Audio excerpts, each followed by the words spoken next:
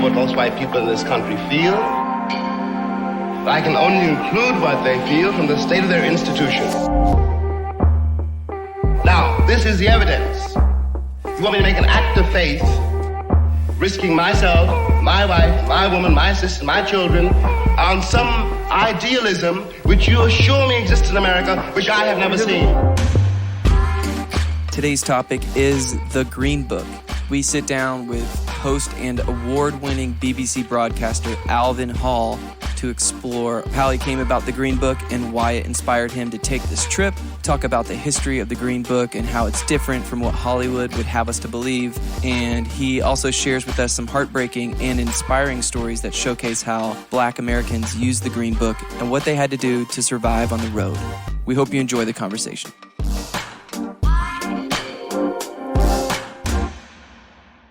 Okay, Alvin, we've got you on the phone here, and we would love to have you introduce yourself to our listeners, and maybe you can start to tell us what inspired you about, doing this journey about the Green Book. I'm Alvin Hall, and I'm the creator, the producer, and the narrator of Driving the Green Book from Macmillan Podcasts. I've been involved in media for quite a long time. Many people will know me because I have been teaching about personal finance on Wall Street, and I have been doing programs like Tell Me More with Michelle Martin on NPR and talking a lot about personal finance. But in the UK, I have a sort of different image. That image is that I do cultural programming in addition to talking about money. I first was aware of the Green Book because of an article I read in a magazine about the Green Book and thought, oh, this is an interesting idea.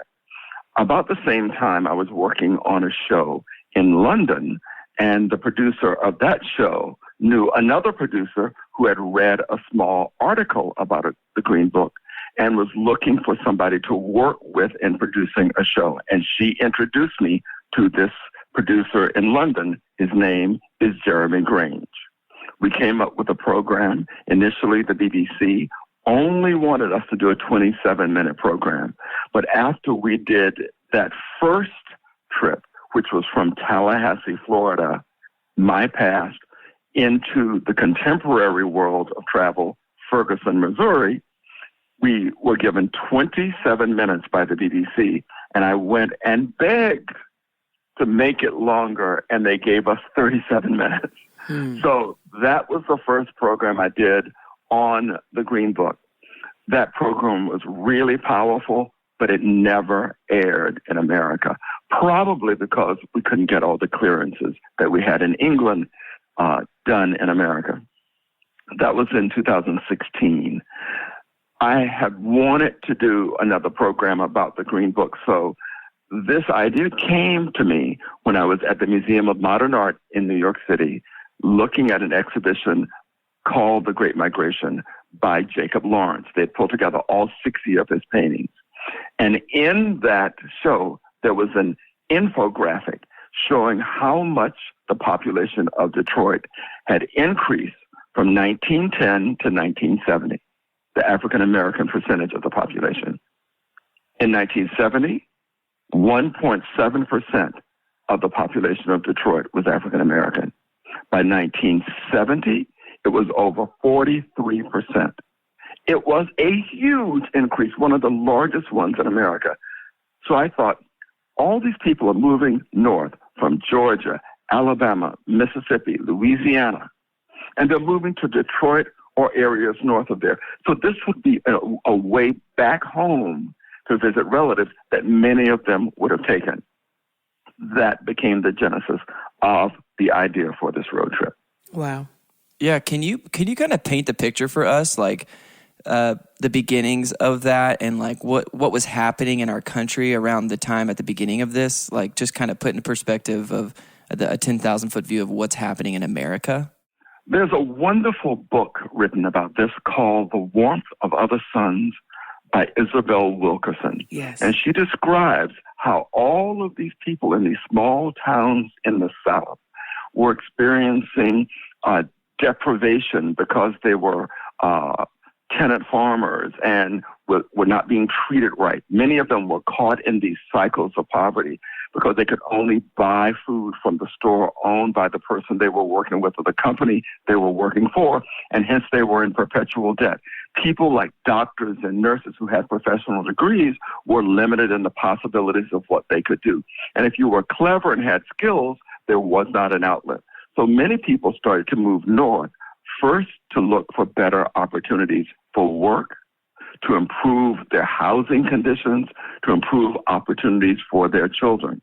But as the exhibition at MoMA pointed out, that there was a wave of domestic terror going through the South in those days. Mm-hmm. Lynching, burning people, killing families. Anytime there was a lynching in every area, there was a wave of people who would leave to move north. The movement was so huge that often white landowners or white overseers or white people who depended upon black people as laborers would send people to train stations, white people to train stations, to try to pull them off the train if they were trying to escape. So a lot of people would leave in the middle of the night. They would leave late or arrange to get out through a whole series of connections because it was that burdensome in the South. And you watch as places like Cleveland, Chicago, Detroit, Milwaukee, all of these places, New York, Philadelphia, in California, Oakland, the black population increased hugely during this period of time. Of course, when they moved there, they discovered that it wasn't the great glory they had hoped. They still experienced discrimination, especially in housing. That's when you had the development of things like redlining or putting black people only in certain areas and then charging them exorbitant rents. All of this comes out of that period.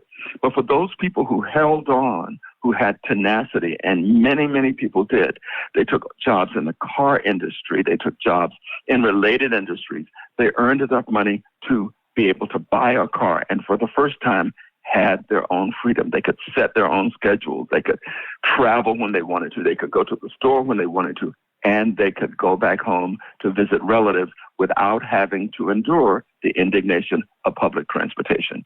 And so it's from this period that the Green Book arises. Well, and everything that you're saying resonates so deeply with me. My parents, I grew up in Memphis, Tennessee, and my parents grew up in in Shelby County, a very rural area, and a road that had lots of black families, and they were farmers. And both of my parents, they picked cotton. They're in their 60s, but they picked cotton when they were young. And of course, as you know, black people, we adopted before adoption was a thing. And so my mother was raised by her grandmother, her mother's mother, along with a host of cousins, and then even along with her aunts and uncles who, some of them were just a little bit older than she was. And then my father, he was raised by his great-grandmother, and she lived for many years. She didn't pass away until I was 20, and her father was a slave. And so it's just I think about, as you're talking, I'm thinking about my family and their part in the Great Migration, because yes, there were many people in our family, both sides, that left to pursue, just a better everything. And they were family members who had picked cotton, who grew up, with great-grandmother, grandmother, and endured the hardships. And so we had like these splits in our family where a group would move to Cleveland. And there are still some there in Cleveland, and a group moved to Indiana, Fort Wayne, Indiana. And so your story, everything that you're sharing actually is just resonating so deeply with me and my experience as an African-American woman. Yes. Yeah. So thank you. Yes. Thank you so much. And what you're saying also brings up something that happened to us all along the way. So Memphis is, of course, part of the road trip from Detroit to New Orleans. We stopped at the iconic Lorraine Motel. Yes. But as we interviewed people along the way, Katina, often when we spoke to the younger generation, people your age, their parents did not talk in depth about what they had experienced. Yes. And often people say, well, why didn't they talk about it? In many ways, it was too traumatic for them. And so they did not want to pass that trauma on to you. But also, and this is the thing that touched my heart repeatedly, they wanted us, the next generation, to be free of that burden. They wanted us to see possibilities in ourselves that they did not have for themselves. And they did not want us to carry all that burden with us. It was an act of incredible generosity. And that's why doing programs like this is really important for me.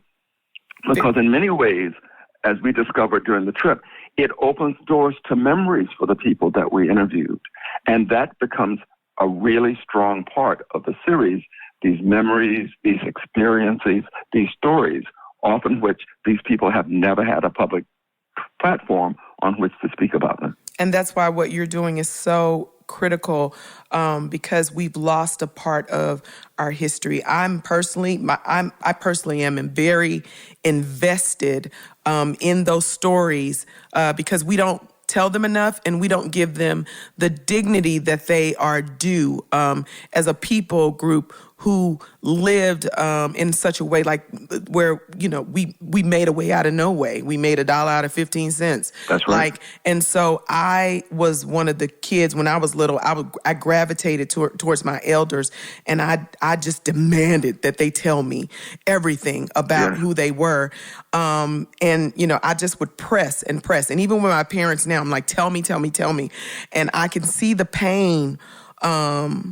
Oh my gosh, the tears that well up. But I'm determined to carry those stories with me, for my generation, but into my children and my children's children. I believe that there's so much beauty in those ashes that we need to share, because it really shapes how, even as you as a creative have made a space for justice in the way that you express your art. Because what you're doing is an art form, and you have created a space, carved a space out for justice by telling our stories in such a simple thing as how we traveled, which is such a tremendous thing because we had to travel differently. And the dignity that you're giving those stories and showing people something that they wouldn't even think about. I'm so grateful for you. Yes. Thank you. Thank you. Thank you. You're most welcome. Yeah. Can you start maybe sharing some of those stories that, you know, that showcase kind of how Black Americans would use the Green Book and what they had to do to survive? Yes. So I think it's really important for people to know that this was a time in America when having a Black person behind the wheel of a nice car was a front to white supremacy and an affront to Jim Crow. Just being behind the wheel was enough to get you stopped. And the other part of this is that in parts of the South, it wasn't just the police who would stop you. Any white person could stop you and challenge you on the street. That's the thing that many people forget. So in all of the stories, there is this component of running into something unexpectedly. For example, one of the stories that still haunts me is one by Hank Sanders, who lives in Selma, Mississippi. And this shows you the fear of driving. He was at a conference one night at a meeting, and there was a white woman at the meeting, and she needed to be driven home.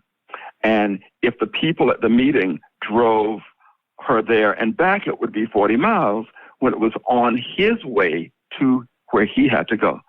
So he agreed to drive her. As they pull out of town, a truck pulls up behind him. Now remember, during this period of time, you had to be very careful as a Black person when you drove. You couldn't drive too fast, and you couldn't drive too slow. Yeah. So this car pulled up behind him, and he recognized it as the type of truck that would have a gun rack in it. As he sped up, they sped up. As he slowed down, they slowed down. And they stayed right on him. And at one point, they pulled to the side, and he just knew they were about to get shot. And luckily, they looked in the car and just sped on. But then, even though they had gone past, he had to debate emotionally whether or not to go on with this white woman in his car, because they could have been waiting for him up the road. Yeah. That's the type of fear and story we heard again and again.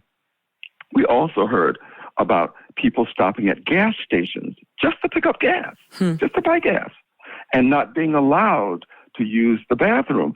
But then it quickly escalates so that the person there challenges the person when they know the bathroom is open and available. And then it quickly becomes a fight and becomes, in one case, a gun being pulled out on somebody and saying, you're not going to use the bathroom here. Those are the types of stories we hear again and again. And then we hear the stories of a single black mother coming back home to visit relatives, right? Her husband has been killed in an accident or something, and she has 3 children. And she has to drive all the way south. And the child, her daughter, now describes how her mother would drive until they needed gas, until her mother got tired. Her mother would pull on the side of the road and take a nap. The children would be watchful during this period of time. The eldest daughter would be watchful so the mother could take a nap, because the mother couldn't stop anywhere because of the risk to her health and the safety of her children. Well, and the stories that you capture, as valuable as they are, they're really only part of the stories because you can only interview people who survived. Like any drivers who had encounters like these where they did shoot them, they're not around to tell the stories. And those Southerners who did the killing, they're not going to share the stories. So you only have the instances where they did get lucky and got out of it. But for all those, there's many others where they didn't. And many people during the interview immediately draw the connection to today's social and racial justice movement. Yes. We didn't even have to prompt them. It automatically came out.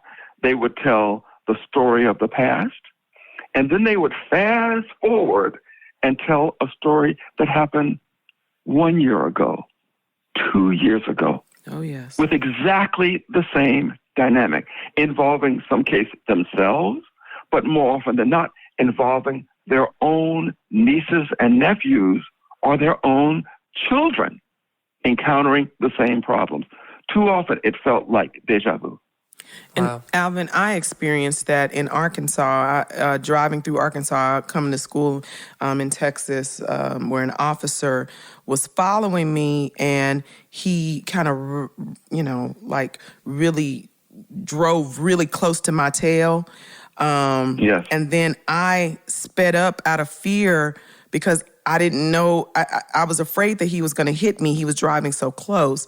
Well, in the minute I sped up, he pulled me over, and I was alone, and he was threatening and intimidating. And we're on a country Arkansas road. And I remember even as a little girl, when we went to visit family in Fort Wayne, my grandfather in Fort Wayne, Indiana, how my parents were so strategic because I was that kid that was I was the oldest. And it was the late 70s, early 80s, and I'm watching my parents talk about where to stop. And we had my great-grandfather in the car with us, where to stop. Stopping on the side of the road, like to use the bathroom on the side of the road by the car, because you're going through certain towns that are, what are the towns they call them where you couldn't, sundown towns, and knowing that you couldn't go to this gas station, or even finally going into a gas station and how everybody was looking at you, and we would quickly get whatever we were getting and get out of there. And this, I was born in 72. I'm 48 years old. And so I remember those moments and just the fear that would wash over me.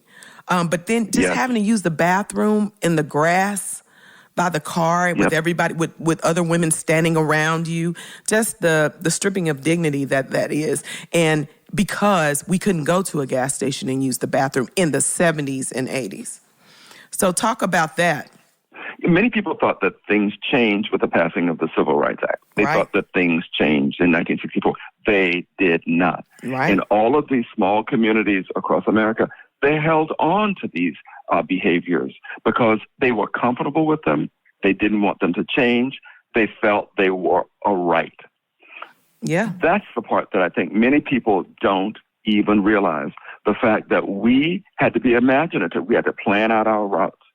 Typically, we tried to get to the location before the sun set because we didn't want to be on the road at night. Yes. So even today, Dr. Noelle Trent, who is one of the directors at the Lorraine Motel and the National Civil Rights Museum, describes the fact that her relatives still get up at 5 o'clock in the morning to take a trip from north to south because they want to make sure they get there before sunset. And another person we interviewed who drove to California, they always drove Lincoln Continentals to California, and another guy drove Cadillac. They drove at night.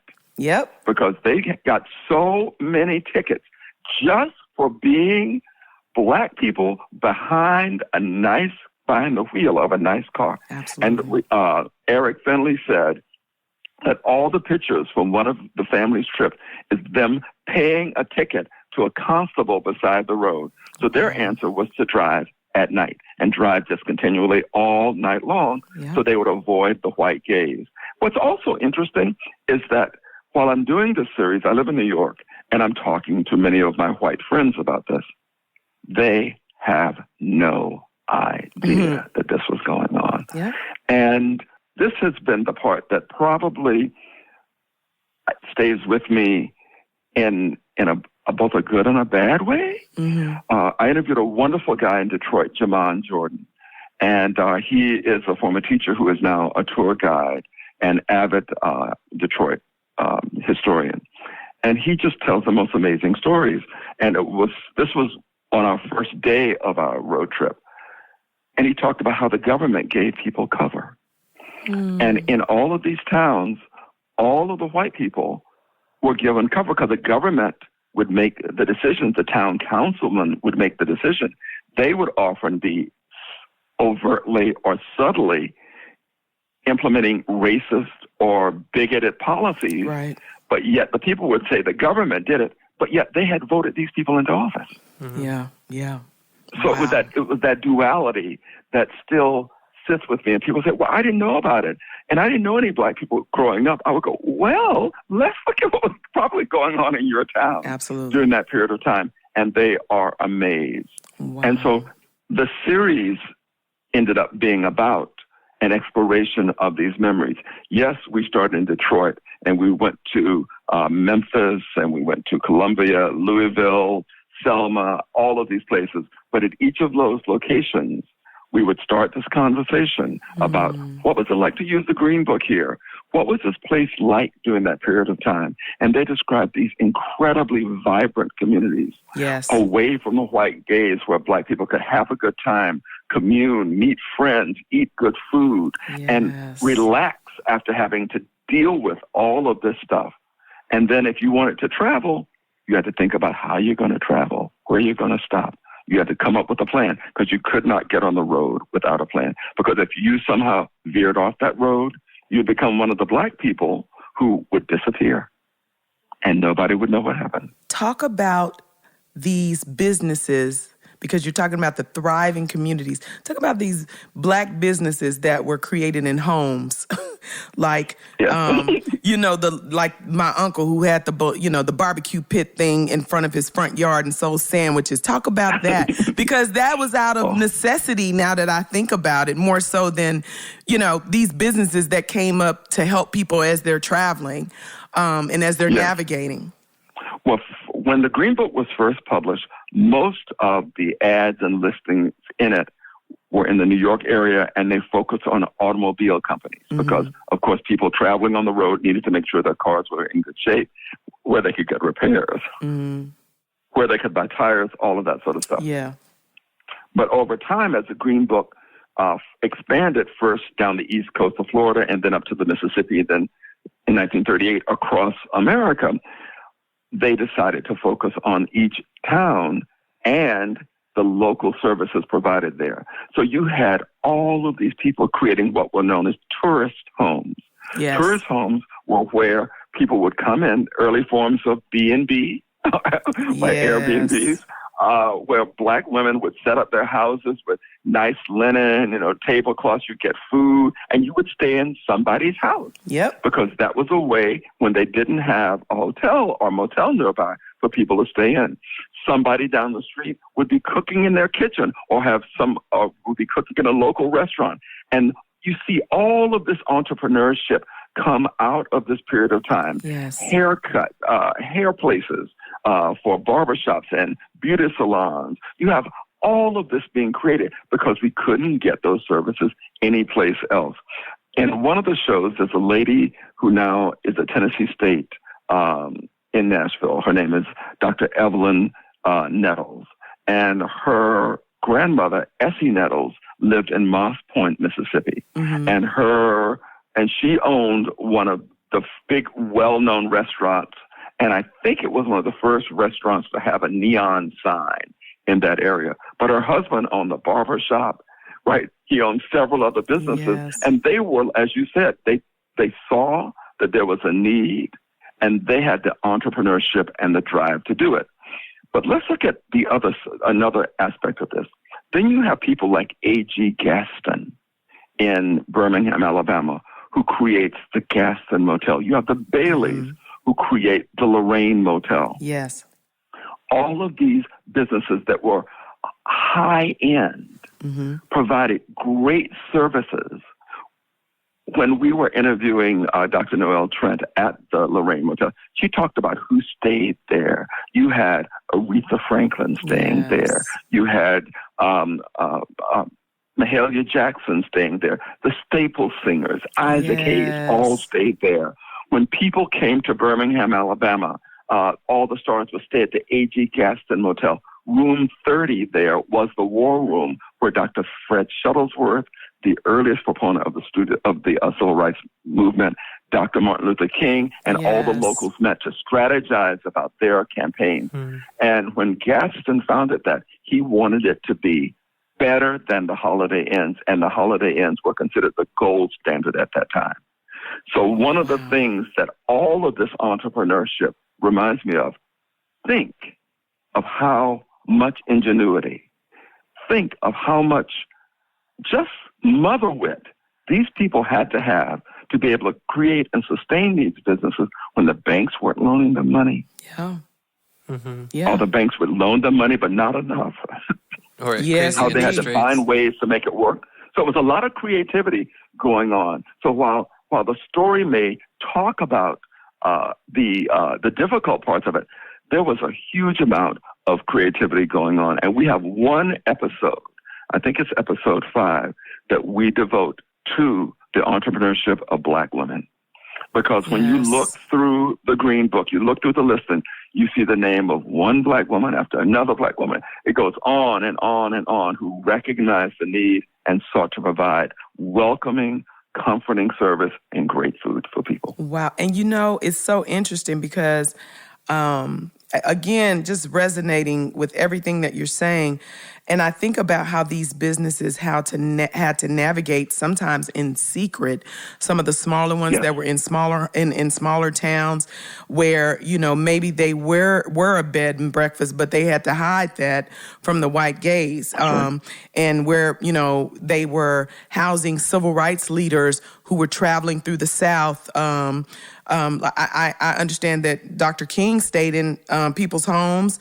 Rosa Parks, many of the civil rights leaders, they stayed in, they would connect with Black churches, and they would stay in people's homes. And just having to, when you're hiding Dr. Martin Luther King in your house, or you're hiding Medgar Evers in your house, or Rosa Parks,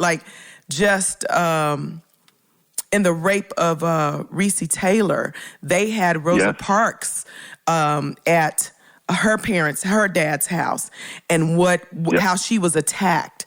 It's just amazing. So not only are you managing a Black business, but you're managing a Black business during Jim Crow, and there's a threat of your business being burned down. There's a threat of you being lynched for having the audacity of to have a Black business. But then, there's times when you have to hide your genius and your excellence to protect yourself and your family.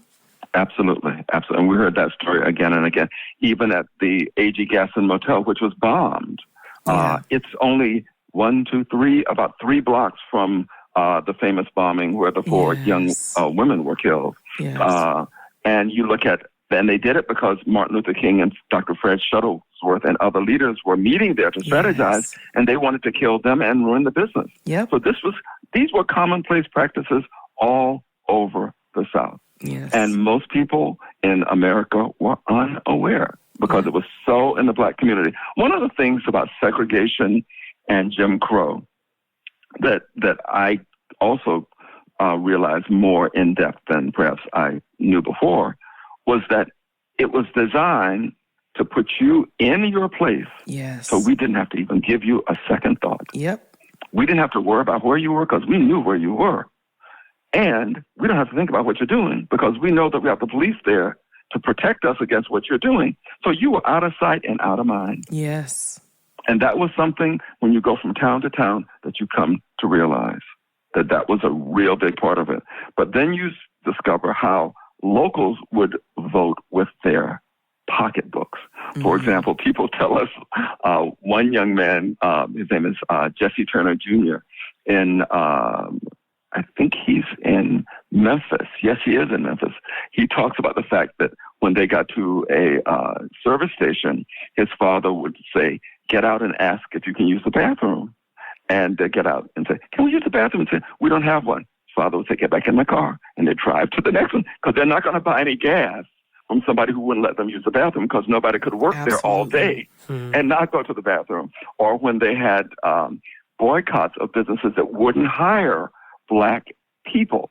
They wanted black dollars to come through the door and spend money, but they wouldn't hire you to work in the store. Yep. So Dr. Evelyn E. Nettles talks about the fact that her father wouldn't even let them shop in the stores. When there was a boycott going on, you could not shop in the stores. So she said, I know how to keep my money to myself, to hold on to my purse. Oh, yes. Oh, wow. Wow.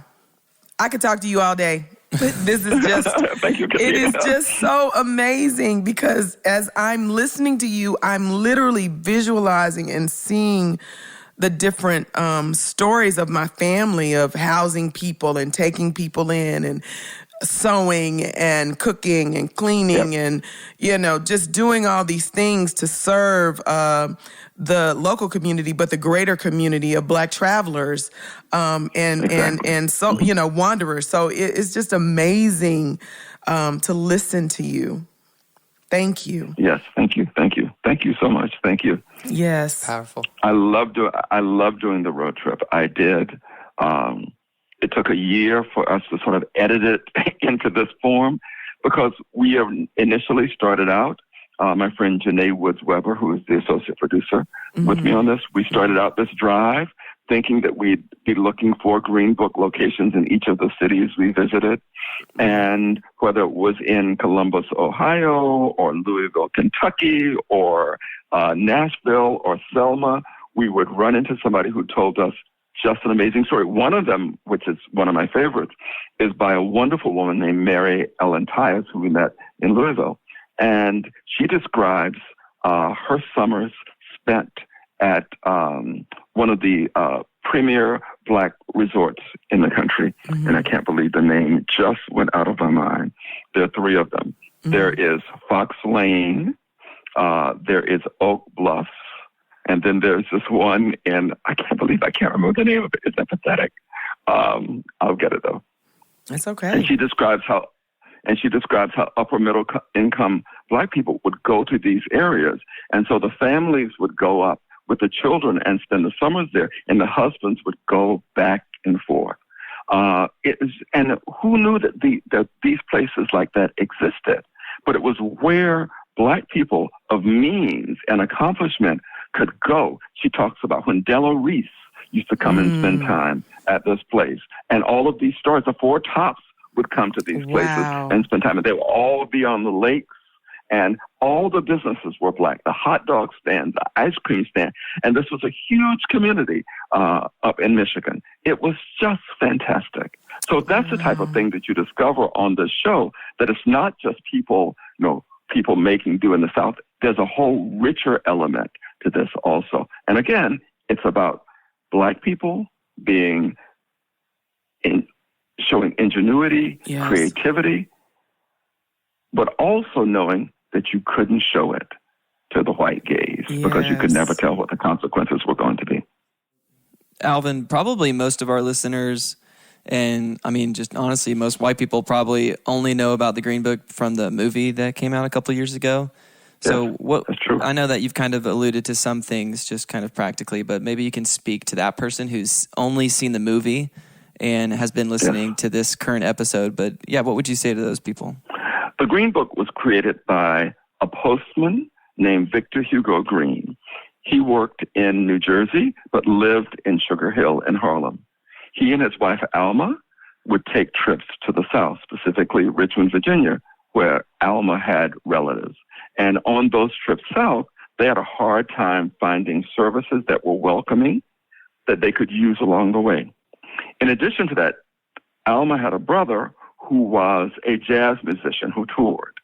So we're sure that some of the inspiration for the Green Book also came from the stories of the brother. Wow. So in 1936, Victor Hugo Green decided to make a listing of all the places where you could get goods and services to reduce the frustration for Negro travelers in America. Yes. The first edition was focused on the New York area, gradually included all of New England, and gradually expanded all the way south to Florida up to the Mississippi. And then in 1938, he started to roll it all the way across America. How did he get this information? Victor was a member of the Black Postmen's Union. Remember, this was the time of segregation in America, so there would have been a Black Postmen's Union and a White Postmen's Union. The Black postmen would have their annual conference every year, and of course the postman would know where the highest quality places to stay were in their communities. And so this was the way he gathered this information. Later on, as it expanded, he had agents in these towns who would help locate these businesses, and then businesses became aware of the popularity of the Green Book, and they wanted to advertise in the Green Book. So it contained every state in the U.S., various cities in the U.S. It would list tourist homes, beauty parlors, automobile places, pharmacies, restaurants, nightclubs, shoe repair shops. Yeah. Every single possible service you can imagine was in certain towns. And you look at a town like Memphis. I mean, they had a lot of listing in Memphis because Memphis was a place of the music industry. Yeah. You look at Atlanta. Atlanta also had a lot of listings. Yep. And some places would have only one or two listings. So this publication continued until 1967. Victor died in 1960. It was his hope, he said in one of his essays, that there would be a time when this guide would no longer be necessary, when we would have all of the rights and privileges that are ours as U.S. citizens. But until that time, he would continue to publish the Green Book because clearly it was needed. Alma continued to publish it until 1964, and then two friends of theirs took it over and published the last two editions of the Green Book. One of the questions that comes up always when people hear this story is, well, what about the movie? And what's interesting about the movie, I went to an Academy Award screening of the movie. Their representation of the type of place where Don Shirley would have stayed was so inaccurate. Remember in the scene where the driver is looking for a place for him to stay, and he comes up to this sort of motel situation in which people are hanging out, and he brings out a chair and sits outside, and everybody else looks sort of sketchy? That would never have happened with someone of that caliber. Never. Well, I didn't watch the movie. I didn't watch the movie out of respect for the family because I understood that it was whitewashed. And so I still have not watched it. It's told very much from the point of view of the driver, and it's his point of view throughout the movie. But I was just upset that no one seem to have talked to somebody who even knew that the Green Book would have had really high-end accommodations for people who were on the road like that. If you went to a town where they didn't have a nice hotel, then the most successful person in town, that could be the local undertaker, it could be the local insurance person, it could be the principal of the school, whoever was most accomplished would have an extra room in their house and would take somebody like this in for the concert. But most of them stayed in really nice places, so they were not seamy the way they were in the movie. And those scenes just really upset me, because I said nobody who made that decision had ever taken the time to do any research about what the Green Book really was, or the type of businesses it contained. So it's so interesting, because there's so many things that you've said that I'm making notes as you're talking. Just a few things that I'm thinking about. Victor being from Sugar Hill in Harlem. So he was very near, or even a part of, the Harlem Renaissance, I'm sure.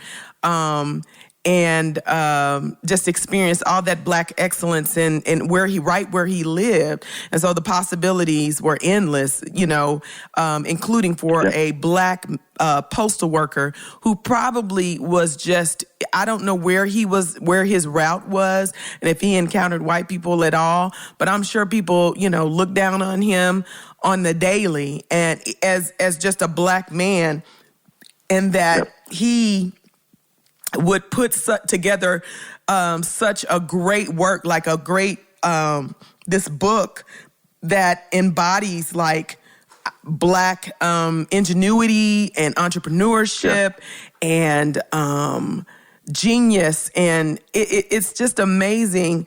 And he was a postal worker. And it just speaks to how Black people always have some other type of hustle, It's like you know what I'm saying? It's like, we do what we gotta do. We do what we got to do, but we also dream and imagine and do what we want to do sometimes, And it's just amazing that this brother was like a postal worker and then wrote this book, and it was a collective work of people all over the country. But just thinking, I'm thinking about Duke Ellington's tune, because I'm a musician, a singer. You can take the A train, and how it talks about Sugar Hill in Harlem. But then I also think about, again, how people who were traveling with their survival in mind, and just, oh my gosh, I'm just going back to my childhood and thinking about the sandwiches that were packed, and just how things, and that wasn't because, we couldn't afford to eat on the way. It was because we wanted to stop in as few places as possible. And then my grandfather, it just dawned on me, my mother's father had a CB radio company, radio. And he made sure, like, when we went to Indiana, like, we had one so that we could communicate with him as we're traveling. And I understand, I got to call my mama, because he was making sure that we was going to be okay, because we were like Breaker 1, like, we all had our little names and we made it fun. But my grandfather was like on the slick, making sure that we was going to be okay. And now I'm looking at his company as something so different, because he was a motorcyclist and he had the CB company. Yeah. Like he embodied the Green Book in a sense, right. Because many Black people were, purchasing from him. I mean, I'm just sitting here astounded. And just connecting the dots as you're talking, my mind is blown. My mind is completely blown. Yeah. Katina, your observation about Sugar Hill is so accurate. When Alma and Victor lived there, it was a sort of early part of activism. I think they lived across the street from Duke Ellington or people like that. Yeah. And so it was a Harlem Renaissance. And one of the things that was there, people wanted to give back, contribute to some way.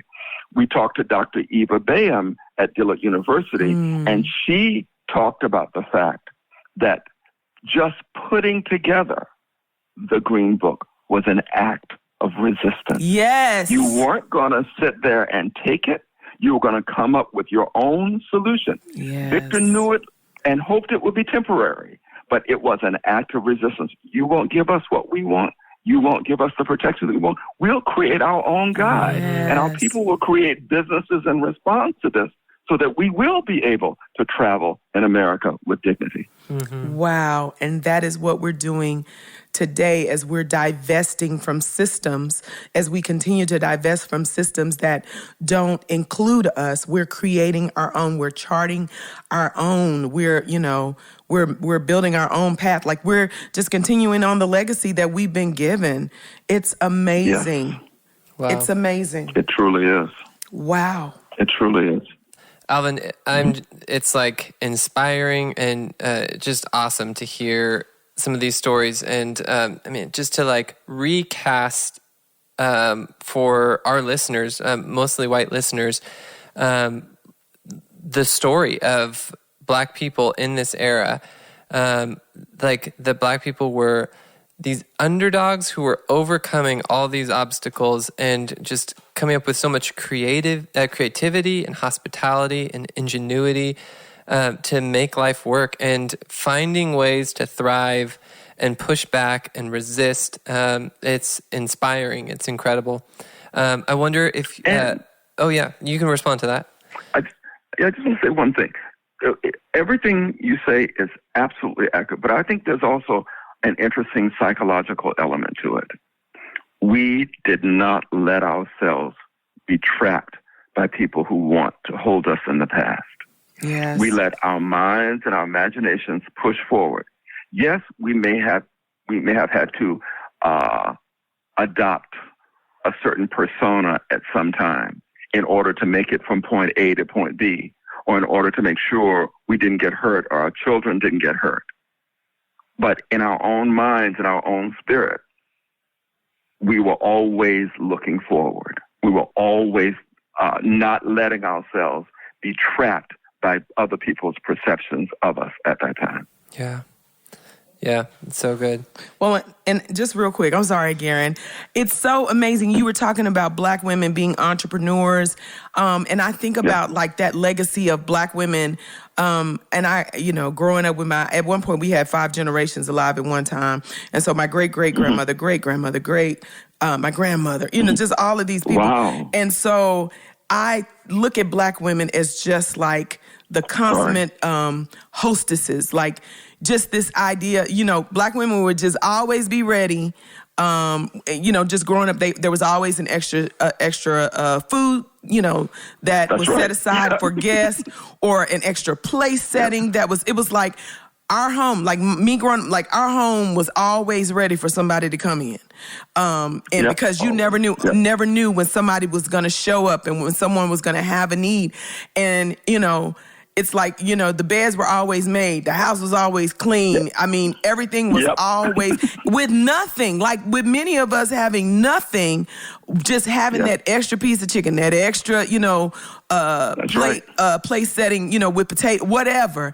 And it's just amazing, like Black women, just seeing them as these hostesses, like just across the country, being the face of hospitality for our culture. And I think about the scripture that talks about, entertaining angels unawares, like how Black people, we came to embody that that element, that gospel, that Christian hospitality, in that we didn't know who we're going to get sometimes. We didn't know who was going to walk through the door. We didn't know what state they were going to be in when they walked through the door. Sometimes people were knocking on doors screaming and hollering because somebody had been lynched or somebody had been attacked. But just always being ready after working as domestic workers or working, for white people all day and then coming home and making sure that your house stayed ready for whoever would walk in. Powerful. Absolutely. Yeah. It is. Absolutely. Yeah, so we have, thousands of white listeners who are going to be listening to this, listening to you. And I just wonder, kind of as we wind down, what you would leave them with. Takeaways and also just like challenges for them that you would give, like that you've, through this work, what would you want to say? I think that listeners should educate themselves more deeply. And for this particular podcast, we have a great additional benefit that Apple has helped us create. So with this, we become the first podcast to take advantage of the new Apple Maps curated guide. Wow. So you'll be able to listen to the podcast and visit the places we talk about in the podcast. And there's a description of the place. And you can go to, and you can download this. And then as I update it over time, over the running of the series, you'll be able to learn even more. So using Apple Maps and their curated guides, you can have an even more immersive experience with this. In addition, I'm also giving a reading list, which will, of course, include Isabel Wilkerson's The Warmth of Other Sun. Yes. And I'm curating music for it. So you'll be able to have music from this period of time, including the songs that were written at the Lorraine Motel, songs that inspired part of the movement. So I think that people, if they take the time, Garrett, and they go into this, they'll discover it's richer, it's fuller, and it's much more nuanced than people may have thought. I think once they get that knowledge, then look in your own town.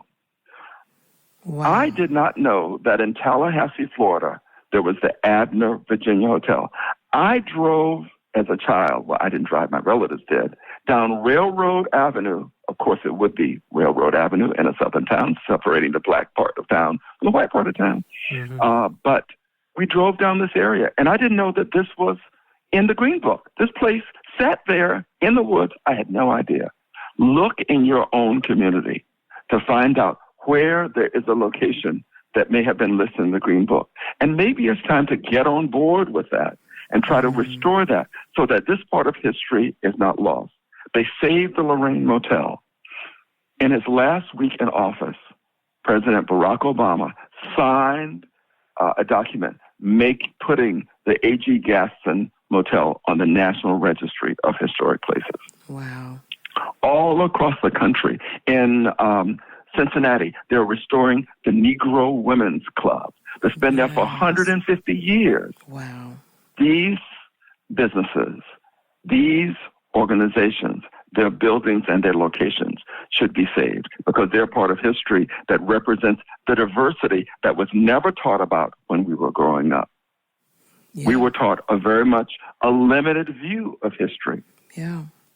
And now is the time to go back and write the true history of what happened. Thank you so much. This was such a tremendous blessing to me personally, and I know for all of us. Thank you, Katina. And I can't wait for the listeners to hear. What can we do? How would we best honor you as we share with our listeners, like this work that you've done? What would be the best way, to support you? It will be on the Apple platform or wherever you get your podcast. So please subscribe. Yes. If you love the series, please rate the series. That would be helpful. But also, if people have Green Book stories, they should visit the website that we're setting up and send us in those Green Book stories. My personal goal is to do one more of these road trips because I think maybe California has a different view of the Green Book. But I think to explore this aspect of America and to see how all of this affected people in different parts of the country is really powerful. So please subscribe to it on Apple Podcasts or wherever you listen to your podcast and write to us. I certainly look forward to reading whatever anybody writes. And I think you all have really touched me in a very deep way with your questions and the way you all connected to this information. So I thank you for that. If you're looking for more information on what we discuss, take a look at the show notes or go to blackhistoryforwhitepeople.com. If you'd like to play a supportive role in the podcast, for $5, you can vote for future topics, listen to unedited interviews, submit questions, and more. Check us out at patreon.com/blackhistoryforwhitepeople. Remember that all the money that you give in these first 10 episodes will all go to the Denton African American Scholarship Foundation. On our next episode, we will be discussing convict leasing.